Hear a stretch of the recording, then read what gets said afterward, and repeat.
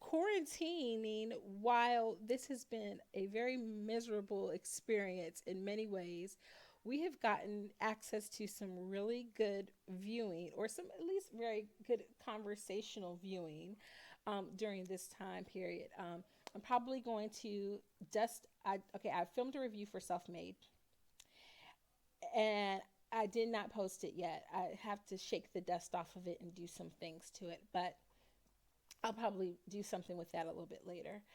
So I might record that and just put it up just for myself, even though I know so many people have already watched it and reviewed it that it probably won't get any views.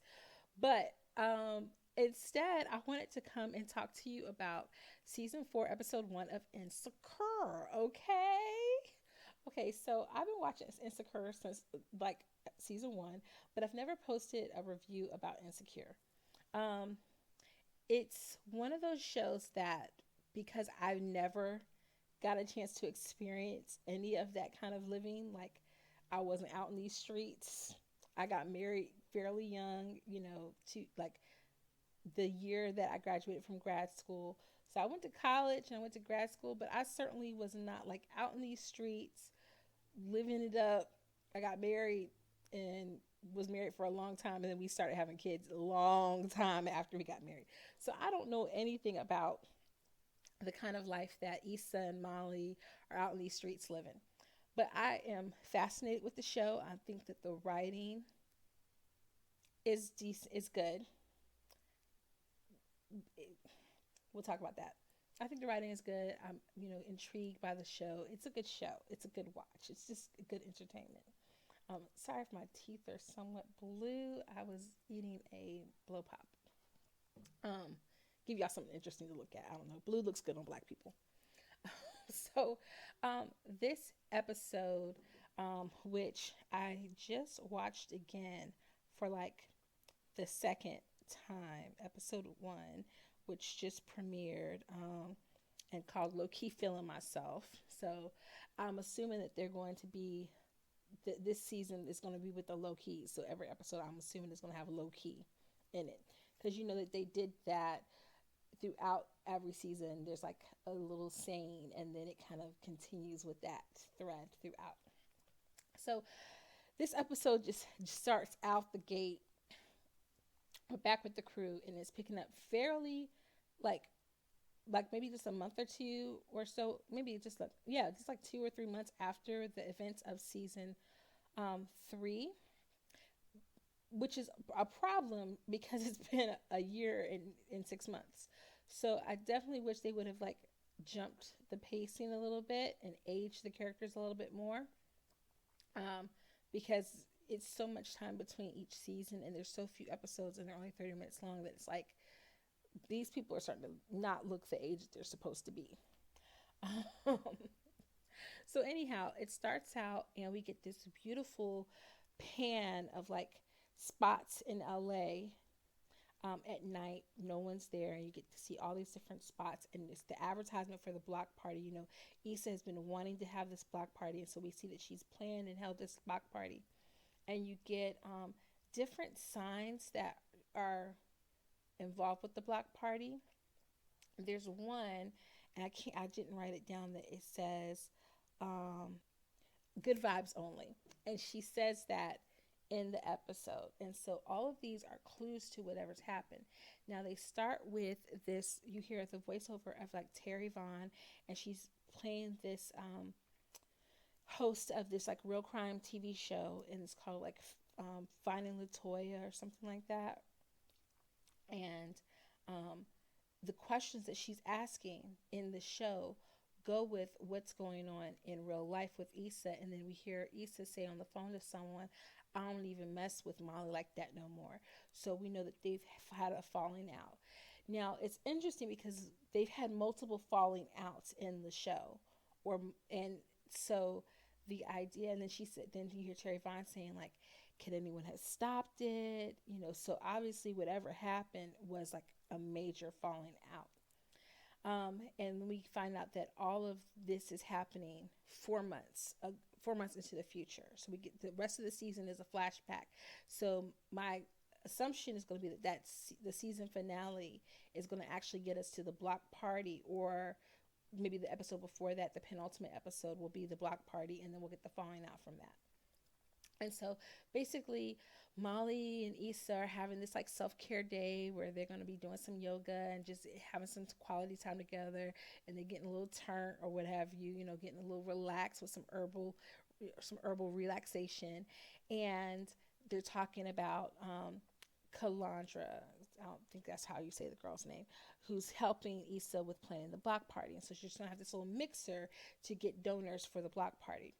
So one of the things, Issa is like meeting with her, things are going well. Then we find out that Issa is like buying these clothes or going to the store getting these clothes, but she can't pop the tag because she don't have any money. She got to take them back to the store, trying to impress her because she's taking her to all these swanky places, and because she herself is very like well kept and obviously doing well for herself and able to like buy nice things, and Issa's trying to impress her. So then we find out that Molly is still seeing Asian Bay. I think his name is Andrew in the show. I don't ever remember people's names, y'all, unless I stand the show and I follow the show hard. And they're dating, and things are going well. He didn't cut his hair, but he's still handsome, and they're dating, and everything is going well with them. And then we find out, or Lisa finally finds out, that Calandra is dating Lawrence. And she's like, okay, how do I keep it chill? Do I like freak out and then lose this woman who has helped me so much and helped taught me things and is so influential in my life? Or do I cast her to the side because I'm like, she's dating my ex? And so Issa is having this, I don't feel completely, y'all don't completely missed the whole sex scene that happened at the beginning with Issa and the TSA agent, who was the big bruh, who was like, you getting you this fluffy man loving right now. And it was so awkward. It was so awkward and so uncomfortable, but it was cute because in real life, that's what it is. That's what it is. It's not always like cute and nice and romantical. It's awkward. It's funny. You stop and tell a joke. I got a cramp in my leg. Wait, wait, let me lift up that. You got to do all that. So that was cute. So I bring that up because she leaves Tiffany's office and is like visioning Lawrence and this girl like getting it on in all the locations at the baby shower. And the girl is like, Lawrence is saying all these things about her that Issa is not. And so it just shows again, we're gonna come back to the title of the show, because in all of the reviews that I've been seeing about all of this is going on, we're missing the title of the show. Okay, so they finally get to the mixer, and she's having it in her apartment complex. She got one of her tenants, this ghetto girl, who's trying to get on with her brother, and she's like, my brother's gay. She's like, I don't care, my baby daddy gay. Kelly is there serving drinks, but she pouring all the liquor, and it's just gotta be like, hold up, Kelly, this liquor gotta last the whole event. You pouring a little too strong, a little too hard. You need to add some water and swish it, shake it up a little bit.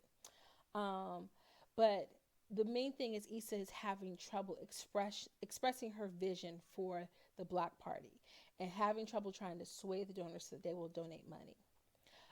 The great thing about what happens at this event is that she does kind of find her own voice and is able to finally like get that confidence that she needs, and it's showing that evolution, that she is becoming a more evolved person. Now, unfortunately, right before the party, Molly finds out that Andrew is dating other women, and she wants to talk to Issa about it. And Issa's trying to be there for her, but at the same time, she's like, this is my mixer. I've got all these important donors. Give me a second. We can talk about this later tonight. We can't do nothing about it right this second anyway, so we can talk about it later. And we can see that Molly gets a little testy with her because she wants her friend to be like there for her. You drop everything right this second and be here for me now. The evening ends with the mixer having gone fairly well. Nothing too crazy happens. They get some good money, some good donations. Calandra goes back to Lawrence and realizes that she wants to continue to try things with Lawrence. She's going to try to make the friendship with Issa work and her relationship with Lawrence work. Now, the reason that's the review, and I know that I'm missing lots of pieces here that you probably want to talk about, but I really want to analyze the idea that the title of the show is called Insecure. And in a lot of reviews that I've seen about the messiness of Molly in this episode, which certainly she was, we're missing the pieces that it's not just Issa that's insecure. Now, Insecure is a kind of like not a spinoff, but evolved from her YouTube series Awkward Black Woman.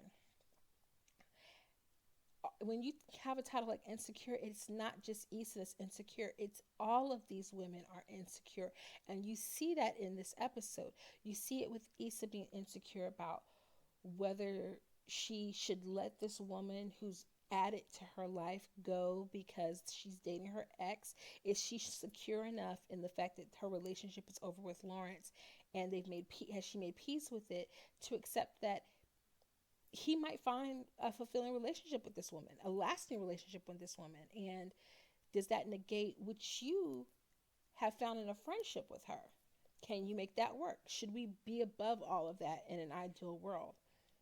Her finding her voice, her being secure in her ideas and her ability to follow through with a plan and carry it out to its fullest. You have Molly's insecurity about being in a relationship and also having to share her friend. She wants her friend to be there for her, to support her, but she's also extremely insecure about men and about having a relationship that lasts. And so she so wants this relationship to last, and she wants to find fulfillment, and she's trying to find it in Asian Bay, and she's trying to find it in Issa, and she's insecure.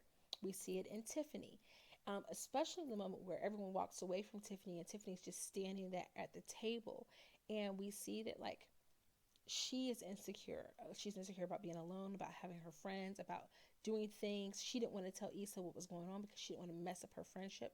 So we see that as a form of insecurity. And then we see it with Kelly and the way she overcompensates for sex by, being with these random men who she's not necessarily into in order to find fulfillment. All of these women are insecure. And in fact, all of us are insecure. So we're supposed to see seeds of ourselves in all of these women. Unfortunately, it seems as though the show is going to continue to dabble in the trope of, like, can women be friends and have healthy friendships?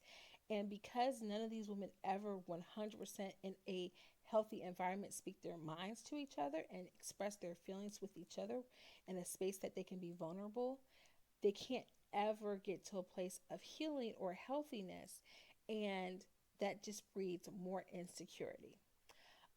We're going to see if they do anything to reconcile all of that in this season, or what I would imagine will be the next season, and hopefully we won't have to wait another 18 months for the next season. So we'll see.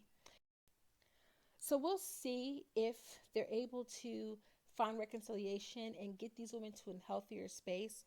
A show like this that really is examining our human flaws, we have to realize that it's never really going to be a moment where the characters find perfect fulfillment, because we as humans don't ever really attain 100% enlightenment. We're always going to a new level, to another level, to another level. We get healing in one area, but then here comes a new injury that we have to figure out how to heal that thing. It's kind of like the coronavirus, right? People kept saying at the beginning, oh, it's like the flu. And then finally the specialist said, no, it's not like the flu. So just because what we use for the flu works for the flu does not mean it will work for the coronavirus. So we got to figure out what's going to work for the coronavirus. So it's kind of the same thing. It's like each new thing, each experience can either create or reveal another insecurity that we didn't even realize that we had.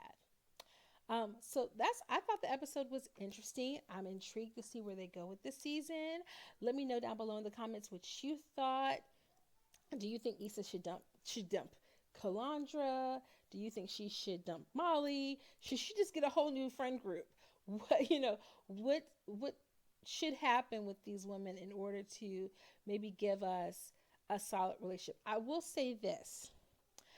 Issa is wearing a particular shirt at the beginning of the episode, and I believe that perhaps that is going to foreshadow what happens within the friend group later on. So if you noticed what shirt she had on at the very beginning of the show, comment down below, see if you get it right, and I will give you a like back. All right, guys, until next time, toodles. Yeah.